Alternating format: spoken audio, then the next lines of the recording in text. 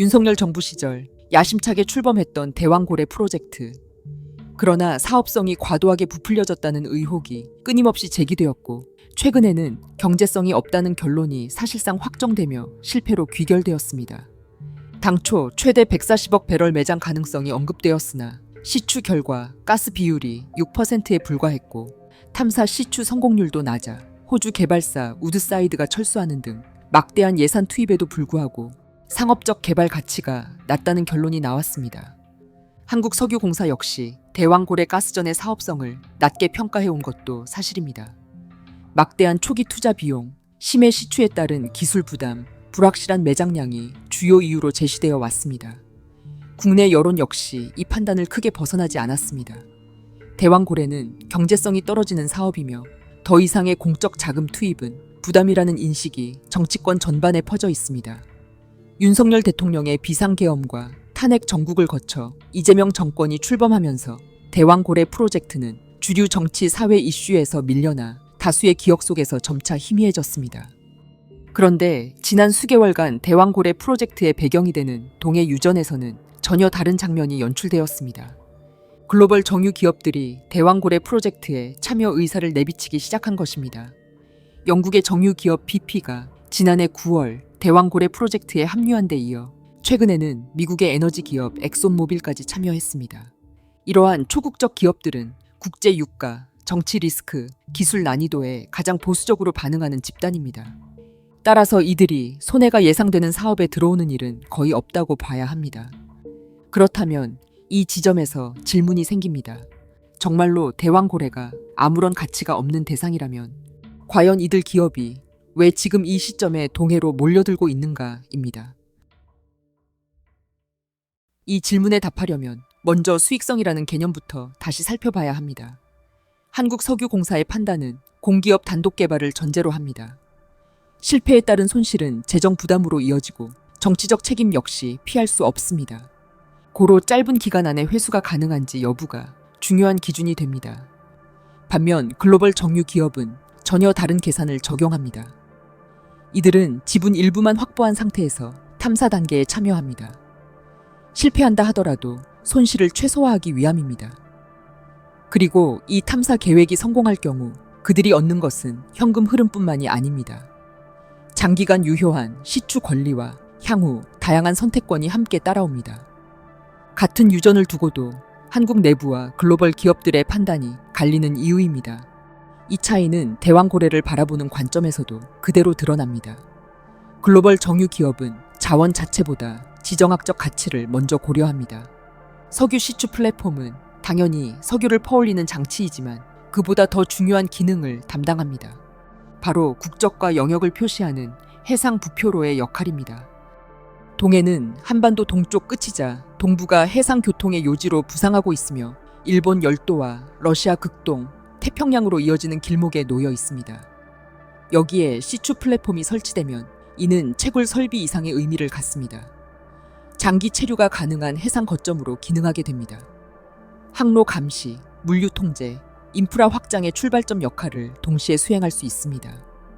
서방권의 정유 기업들이 주로 사용하는 이 방식은 이미 세계 여러 지역에서 반복되었습니다. 북해에서는 영국과 노르웨이 사이 해역에 다수의 해상 플랫폼이 설치되었습니다. 일부 유전은 생산이 끝났지만 플랫폼은 유지되었습니다. 북유럽과 대서양을 잇는 항로 관리와 해저 인프라 운용의 중요한 거점이 되었기 때문입니다. 중동의 호르무즈 해협에서도 비슷한 장면이 이어졌습니다. 페르시아만과 오만만을 연결하는 이 해협 인근에 에너지 설비가 집중 배치되었고 이는 항로 통제와 군사 개입의 근거로 기능해 왔습니다. 동남아시아 말라카 해협 역시 자원 매장량보다 통과 물동량이 중시된 지역입니다. 말레이 반도와 수마트라 사이에 설치된 에너지 시설은 길을 관리하는 수단으로 작동했습니다. 이 사례들이 공통적으로 보여주는 사실은 분명합니다. 정유 기업은 유전 하나의 손익만 보고 움직이지 않습니다. 해상 교통의 요지에 거점을 확보할 수 있는지 여부를 함께 따집니다. 대왕고래 역시 이 범주에서 검토되고 있습니다. 동해에서의 시추는 자원 개발을 위한 행위이기도 하지만 동시에 장기적 위치 확보를 위한 선택입니다. 이 지점에서 북극 항로 논쟁과 대왕고래는 연결됩니다. 북극 항로의 출발 지점으로 부산항이 거론되고 있지만 북극 항로 구상 자체는 한국의 이재명 정부가 만들어낸 계획은 아닙니다. 북극의 해빙이 가속화되며 항로 여건이 변화하고 있고 이에 발맞춰 국제 해운 기업과 에너지 기업, 해상 보험사들이 먼저 움직이며 미래의 항로 구상을 형성해 왔습니다. 이후 이러한 기업 주도의 구상을 정책적으로 수용한 나라가 미국입니다. 미국은 북극 항로를 새로운 전략 항로로 규정하고 이를 미, 중, 러시아, 유럽 등 주요 국가들에게 인식시키며 주도권 확보에 나서고 있습니다.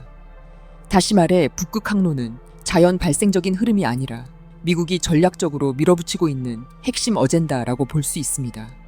계절 운항과 특정 화물 중심의 이용은 이미 현실에서 진행되고 있습니다. 이 흐름 속에서 동해는 북극으로 향하는 동북아 출발선 가운데 하나로 다시 평가받고 있습니다. 따라서 대왕고래를 둘러싼 논쟁은 경제성 유무를 따지는 데서 멈춰서는 안 됩니다. 글로벌 정유 기업이 무엇을 보고 이곳에 들어왔는지, 그리고 이 지역이 앞으로 어떤 역할을 맡게 될지를 함께 봐야 합니다. 수익성 논쟁 뒤에 가려진 지정학적 판단 기준을 읽지 못하면 현재 벌어지고 있는 움직임을 이해하기 어렵습니다. 마두로 체제를 둘러싼 국제 정세가 요동치던 시기에 가장 먼저 반응한 기업은 엑손모빌이었습니다. 체포 보도의 사실 여부를 두고 논란이 이어지는 와중에도 엑손모빌은 베네수엘라 사업 재개 가능성에 대해 공개적으로 관심을 표했습니다. 이 행보는 도덕적 평가나 외교적 수사와 무관합니다. 엑손모빌은 베네수엘라 정권의 존속 여부보다 권력 배치가 흔들리는 국면을 먼저 읽고 움직이는 기업입니다. 베네수엘라는 오랜 제재와 정치 불안 속에서 방치되어 왔습니다. 그러나 그만큼 자원과 인프라는 낮은 평가를 받아왔습니다. 국제 질서가 재편될 가능성이 보이는 시기에는 이러한 지역이 다시 계산 대상에 오릅니다. 엑손모빌은 늘 그 시점에 맞춰 들어갑니다.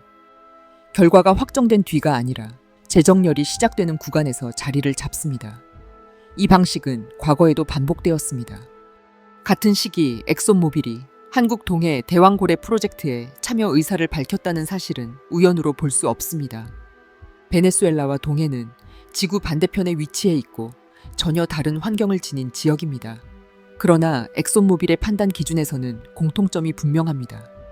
기존 평가가 낮게 형성되어 있고 향후 가치 재산정 가능성이 열려 있다는 점, 그리고 앞으로 서방의 관리 체계 안으로 들어가게 될 지정학적 요충지라는 조건입니다. 이때 필요한 것은 대규모 투자가 아니라 진입권입니다.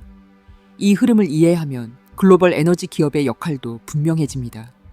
이들은 국제 질서를 설계하며 변화 조짐을 가장 먼저 포착합니다. 자원 공급망이 이동할 조짐이 보이면 항로를 살피고 항로가 바뀌면 거점을 찾습니다. 그 거점은 에너지 시설의 형태를 띱니다. 대한민국 국익의 관점에서 볼 때 서방 기업들의 동해 선점은 매우 긍정적인 신호입니다. 미국의 시추 플랫폼이 전개된 해역에는 미 해군 전력이 상대적으로 용이하게 접근하고 운용될 수 있습니다. 이는 중국과 러시아가 지속적으로 영향력 확대를 노리는 동해를 보다 안정적으로 관리하고 외부 위협으로부터 보호하는 완충 역할을 수행하게 만듭니다. 이러한 동선 위에 다음 후보로 거론되는 지역이 그린란드입니다. 그린란드 역시 북극 항로의 한 복판에 위치해 있습니다. 석유와 천연가스, 히토류 매장 가능성이 거론되고 있으며 덴마크와의 관계 속에서 자치와 독립 논의도 이어지고 있습니다. 미국과 러시아, 중국이 모두 그린란드에 관심을 보이는 이유는 항로와 자원, 군사적 위치가 한 곳에 모여 있기 때문입니다. 엑손모빌이나 영국의 BP 등 초국적 석유 메이저들이 선호해온 조건이 그대로 겹칩니다. 베네수엘라에서 시작된 정권 축출, 다국적 에너지 기업들의 대왕고래 참여, 그리고 그린란드 진출 가능성은 각각 따로 떨어진 사건이 아닙니다. 기업가와 자본가들의 지도 위에서는 하나의 선으로 이어집니다. 이 선은 자원과 무역 루트를 따라 이동합니다. 대왕고래를 둘러싼 논쟁도 이 맥락에서 봐야 합니다. 해당 사업이 당장 이익을 남길지 여부만 따지는 접근은 충분하지 않습니다. 이미 세계 에너지 기업들은 더 긴 시간을 기준으로 판단하고 있습니다. 누가 먼저 자리를 차지했는지가 이후 선택의 폭을 결정합니다. 서방 에너지 기업들은 시추와 개발을 통해 해상 거점을 확보하고 장기적으로 북극 항로와 태평양을 잇는 무역 경로의 주도권을 선점하려 합니다. 이는 중국의 해상 영향력이 동북아로 확장되는 흐름을 견제하는 효과도 동시에 같습니다. 에너지 개발이라는 명분 아래 항로 관리, 군사적 접근성, 물류 통제 여건까지 함께 확보하는 계산입니다. 그 결과 동해는 서방 진영의 활동 밀도가 높아지고 해상에서의 균형은 한국에 유리한 방향으로 이동합니다.